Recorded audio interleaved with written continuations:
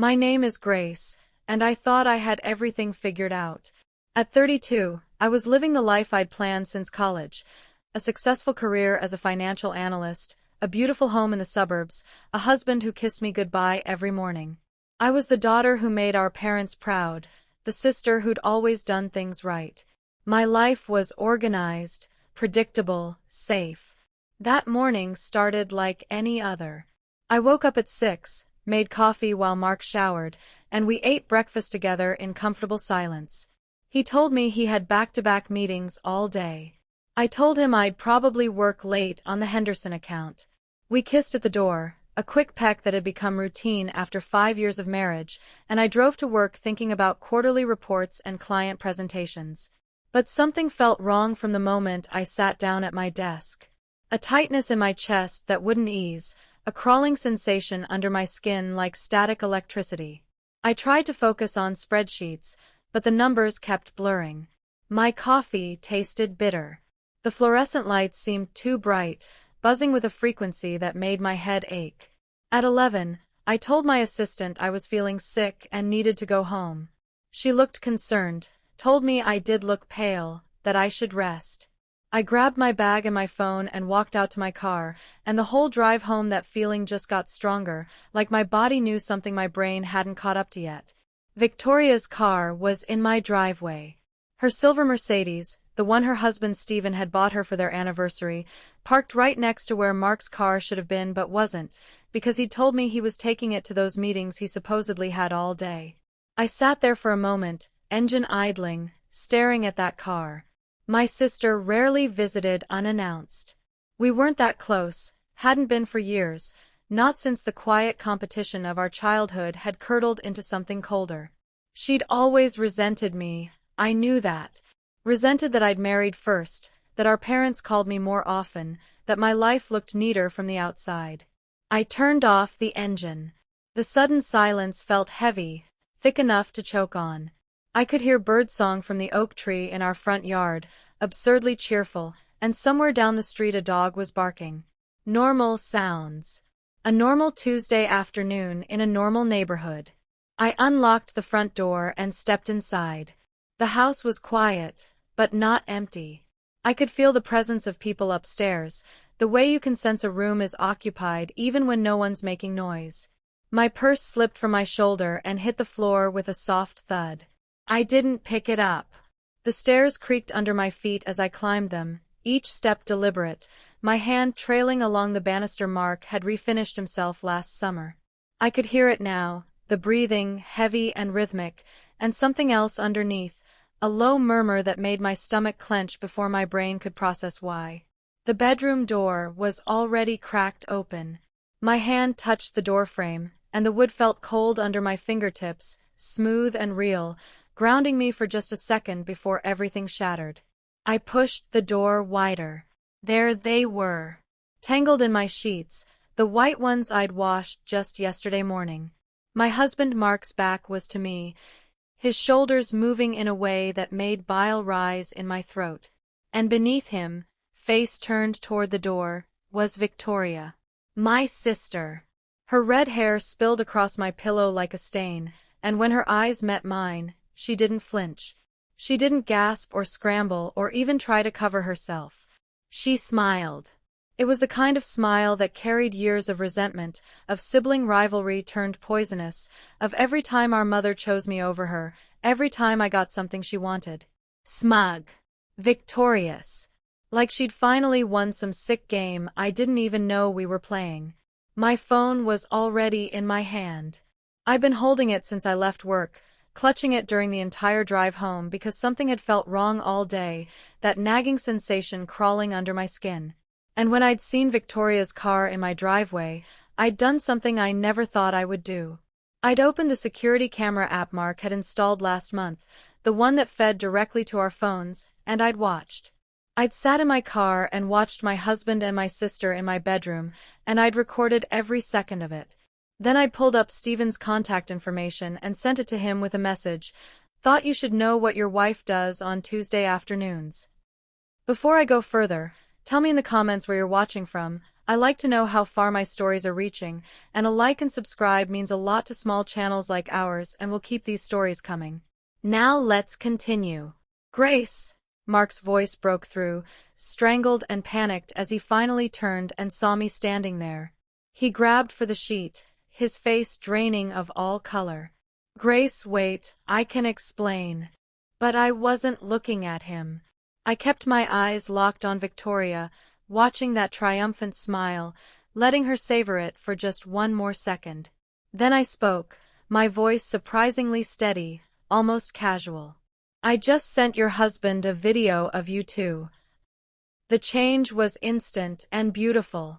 Her smile crumbled like wet paper.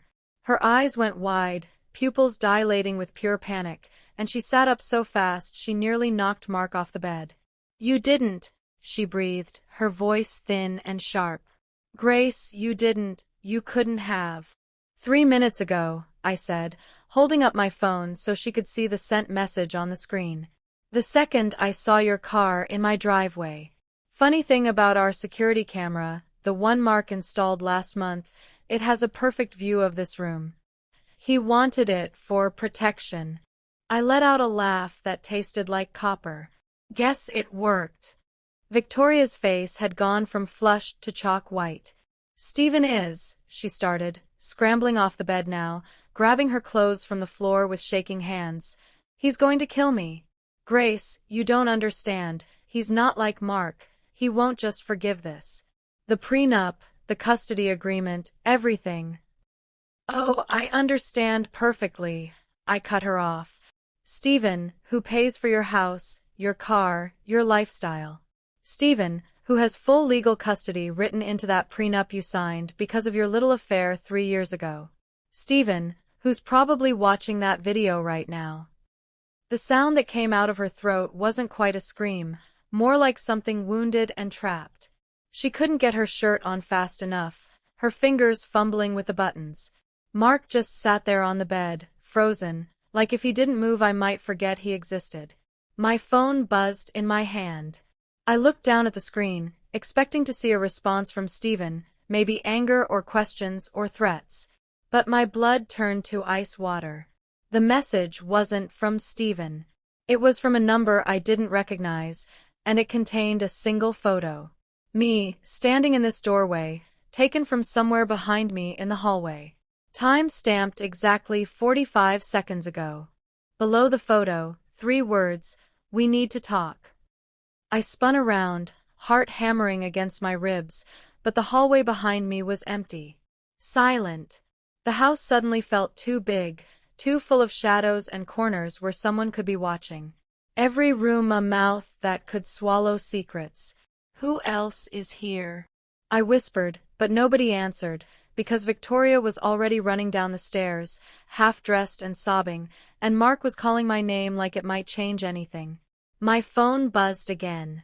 Another message from the unknown number. Check your bank account, Grace. Then look in your husband's desk drawer. Bottom left. Under the files. My hands were shaking as I opened the banking app on my phone.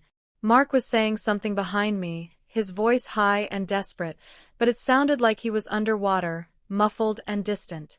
All I could hear was the blood rushing in my ears and the creak of floorboards somewhere in the house that might have been Victoria leaving or might have been someone else, someone watching.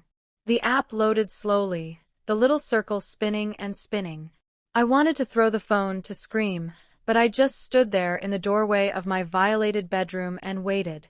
When the screen finally refreshed, I stopped breathing.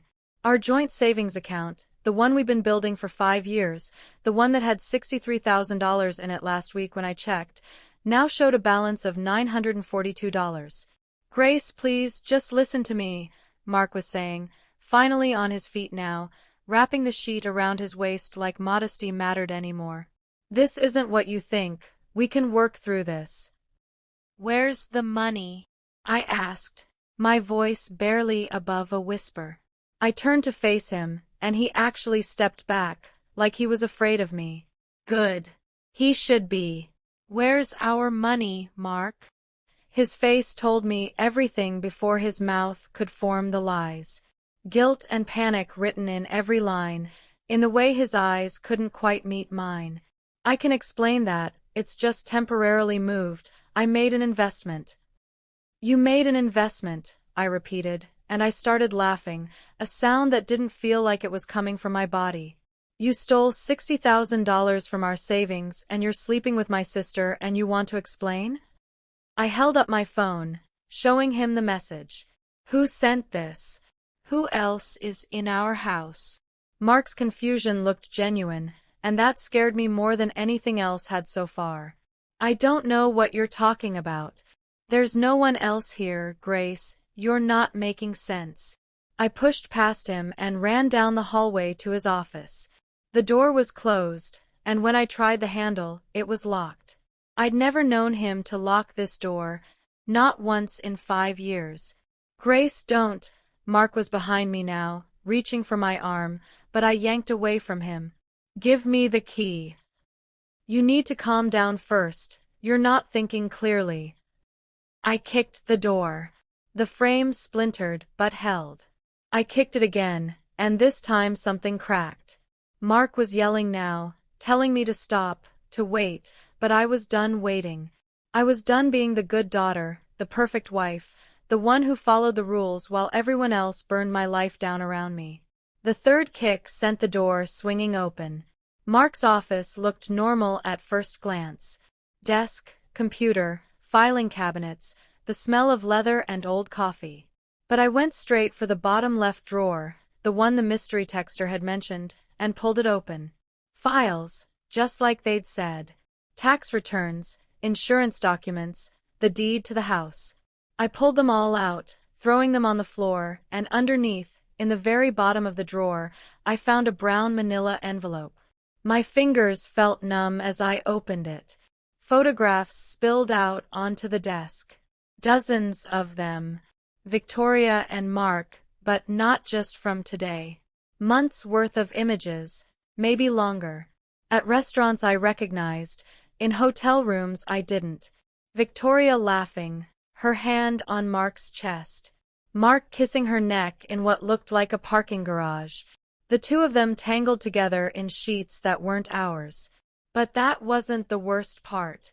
Underneath the photos was a document. A real estate contract for a condo downtown, purchased 4 months ago for $215,000.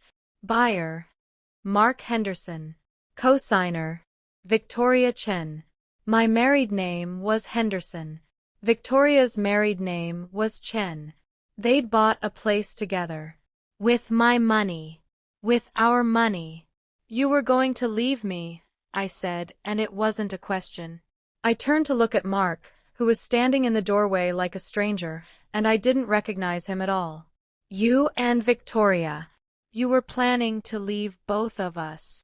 He opened his mouth, closed it, opened it again. It's not like that. How long? I demanded.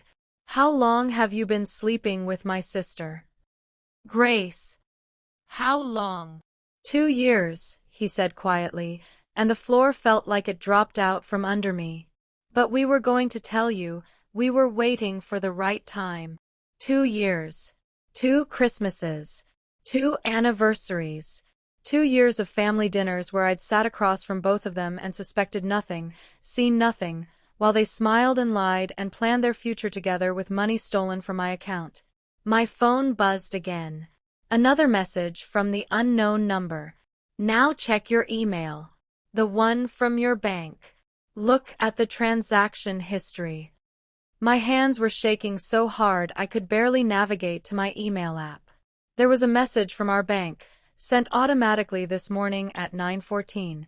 Large transaction alert. $62,000 transferred to an account ending in 7392. I clicked for more details, and there it was. The transfer had been initiated from my computer, using my login credentials, while I was at work. The IP address matched our home network. You used my information, I breathed. You logged in as me and stole our money. Mark's face had gone gray. I was going to pay it back. I just needed it for the down payment. That's embezzlement. That's fraud. You committed fraud using my identity. Before I go further, tell me in the comments where you're watching from. I like to know how far my stories are reaching, and a like and subscribe means a lot to small channels like ours and will keep these stories coming. Now let's continue. Another buzz. Another message. Stephen is on his way. So are the police. I called them both 15 minutes ago. Told Stephen about the affair. Told the police about the fraud. You have about 7 minutes before this house becomes very crowded, Grace. Use them wisely. I stared at the message, my brain struggling to process what was happening. Someone was orchestrating this, pulling strings I couldn't see, and I didn't know if they were helping me or destroying me or both. Who are you? I typed back. The response came immediately. Someone who knows what it's like to be betrayed by family. Check the prenup Victoria signed with Stephen. Page 12. Clause 7. Then check your own will. Mark changed it 3 months ago. You signed it, but I don't think you read it. My will. I tried to remember, tried to think back through the fog of the last few months. Mark had brought home papers from our lawyer, said it was just routine updates, estate planning stuff everyone should do. I'd been busy with work, stressed about a deadline, and I'd signed where he told me to sign without reading the details. What did you do? I asked Mark, my voice deadly quiet now. What did you do to my will? His silence was answer enough. I pushed past him again, running down the stairs to the kitchen where we kept important documents in a fireproof safe. My hands fumbled with the combination, and when I finally got it open, I grabbed the folder labeled Estate Planning and pulled out my will. There it was, in black and white. In the event of my death, everything, the house, my retirement accounts, my life insurance, went to Mark. But there was a clause I didn't remember, buried in legal language I'd been too tired to parse when I'd signed it. If Mark and I divorced, he would still be entitled to 70% of all assets acquired during the marriage, including my inheritance from my grandmother that I'd received 4 years ago. $400,000. My grandmother's money she'd left specifically to me, would go to Mark if we divorced. You were never going to leave me, I said, the realization hitting me like cold water. You were going to make me leave you. Or kill me. Which was it, Mark? Before he could answer, before he could lie to me again, I heard the sound of tires screeching in the driveway. Car doors slamming. Voices shouting. I walked to the front window and looked out. Stephen's black SUV was parked sideways across the lawn, and he was striding toward the house with a look on his face that would have terrified me if I had any fear left to feel. Behind him, 2 police cars were pulling up to the curb, lights flashing. My phone buzzed one more time. Go upstairs. Your bedroom closet. Behind the shoe rack. There's a bag packed for you. Keys to a car parked 2 blocks away on Maple Street. You have 2 choices, Grace. Stay and let the police sort through the mess while Stephen tears your house apart looking for Victoria, or leave now and let me show you who's really been pulling the strings. You have 90 seconds to decide. The front door exploded open. Stephen's voice boomed through the house. Where is she? Where's my wife? And behind him, a police officer called out, Mark Henderson? We have a warrant for your arrest on suspicion of wire fraud and identity theft. I looked at Mark, whose face had gone from gray to white, then back at my phone. 80 seconds. I ran for the stairs. I took the stairs 2 at a time, my heart slamming against my ribs so hard I thought it might break through. Behind me, I could hear Stephen's voice getting louder, the police officers trying to control the situation, Mark stammering excuses that no one was listening to. The house had become chaos, exactly like the mysterious texter had predicted. My bedroom smelled like betrayal and expensive perfume. I tried not to look at the unmade bed as I ran to the closet, shoving aside dresses and coats until I reached the shoe rack in the back corner. I pulled it away from the wall, and there it was, a black duffel bag I'd never seen before. I unzipped it with shaking hands. Inside was everything I'd need to disappear. Cash, at least a few $1,000s in neat stacks. A prepaid phone. A passport, but when I opened it, the photo was mine and the name wasn't. Claire Morrison, it read. There were credit cards with the same name, a driver's license, even a few personal items, a hairbrush, a change of clothes in exactly my size. Someone had planned this. Someone had been watching me long enough to know my size, to get my photo, to prepare an entire escape route. The thought should have terrified me, but instead I felt something else. A strange, cold clarity. 60 seconds. I grabbed the bag and ran back downstairs, but instead of going toward the front door where the chaos was concentrated, I slipped out the back, through the kitchen and into the yard. The fence was easy to climb. I'd done it before when I'd locked myself out, back when this house had felt like home instead of a crime scene. Maple Street was exactly 2 blocks away, just like the message had said. And there, parked under an oak tree with keys tucked behind the driver's side visor, was a silver Honda Civic with plates I didn't recognize. I got in, started the engine, and drove. I didn't know where I was going. I just drove, my hands gripping the wheel so tight my knuckles went white, watching my neighborhood disappear in the rearview mirror. The prepaid phone in the bag buzzed after about 10 minutes. Good choice. Take Highway 40 East. There's a diner 30 miles out called Rosie's. Park in the back. I'll meet you there in 1 hour. My first instinct was to throw the phone out the window, to drive to the police station and tell them everything.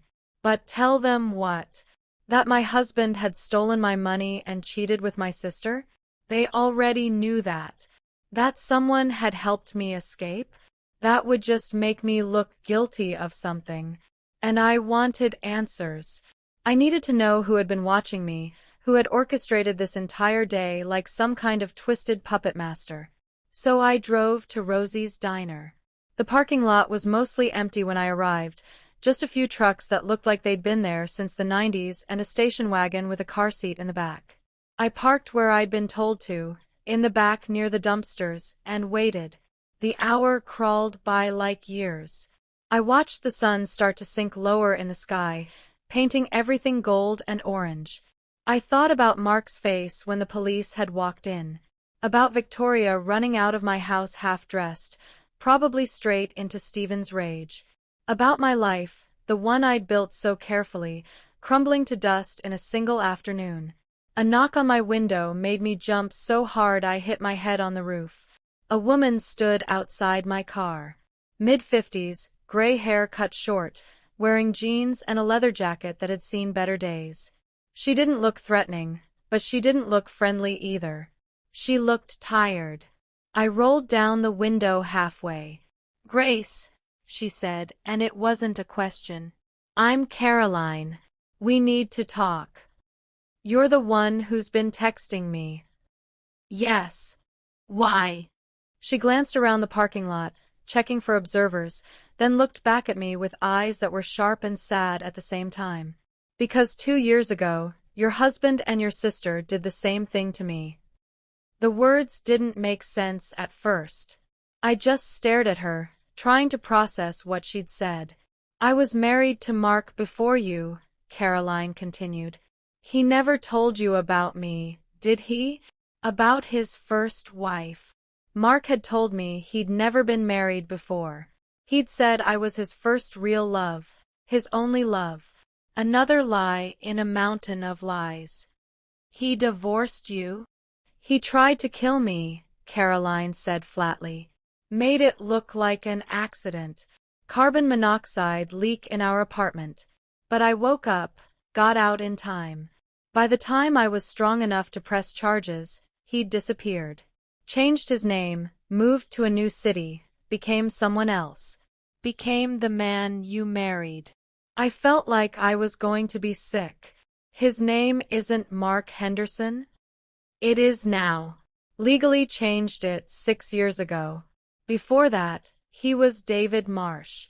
And your sister, she's not his first affair partner. He has a pattern. Finds a successful woman, marries her, then seduces someone close to her, usually a sister or a best friend. Creates chaos, manipulates the will and the finances, and then… She made a gesture with her hand that suggested finality. How did you find me? I've been tracking him for 3 years. Watching, waiting for the right moment. I knew what he was planning because I've seen him do it before. After me, there was another woman in Seattle. She died in a car accident 8 months into their marriage. He inherited everything. Then you. Before I go further, tell me in the comments where you're watching from. I like to know how far my stories are reaching, and a like and subscribe means a lot to small channels like ours and will keep these stories coming. Now let's continue. The duffel bag suddenly felt heavy in my lap. You've been watching my house. You set up the security camera, didn't you? Not Mark. Caroline smiled, a grim expression that held no warmth. Mark's technologically incompetent. He can barely use his phone. I installed that camera 2 months ago when I saw him meeting with Victoria at that condo they bought. I knew it was starting again. The same pattern. I had to decide whether to warn you or use you to finally trap him. Use me, I repeated, anger flaring hot in my chest. You let this happen. You let me walk in on them, let me send that video to Stephen. I gave you evidence, Caroline interrupted. Evidence that will put him away for fraud, for identity theft, and if we're lucky, for attempted murder. The bank transfer he made using your credentials? I logged it, documented it. The police have everything they need. And that video you sent to Stephen? That's evidence of adultery that voids Victoria's prenup. She'll lose everything. Her husband, her kids, her money. They both get what they deserve. And what do I get? I asked, my voice breaking. My life is destroyed. My marriage, my home, my family. You get to live, Caroline said simply. Unlike the woman in Seattle. Unlike what I almost became. You get the truth, and you get justice, and you get to walk away before he could finish what he started. I looked down at the fake passport in my hands, at the name that wasn't mine. You want me to run.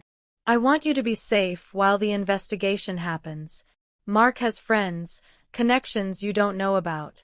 He's dangerous when he's cornered. Stay at the house I arranged for you, just for a few weeks until the trial. Then you can reclaim your life. How do I know you're telling the truth? How do I know you're not just as crazy as he is? Caroline pulled out her own phone and showed me a folder full of documents. Police reports from her attempted murder case. News articles about the woman in Seattle. Photos of Mark, dozens of them, with different women in different cities, spanning back a decade. And then she showed me something that made my blood run cold. A photo of Mark and Victoria at a funeral home, looking at caskets. Taken 3 weeks ago, Caroline said quietly. They were shopping for your funeral, Grace. Planning how they'd play the grieving widow and sister. They were going to stage an accident, probably within the month. I couldn't breathe. Couldn't think.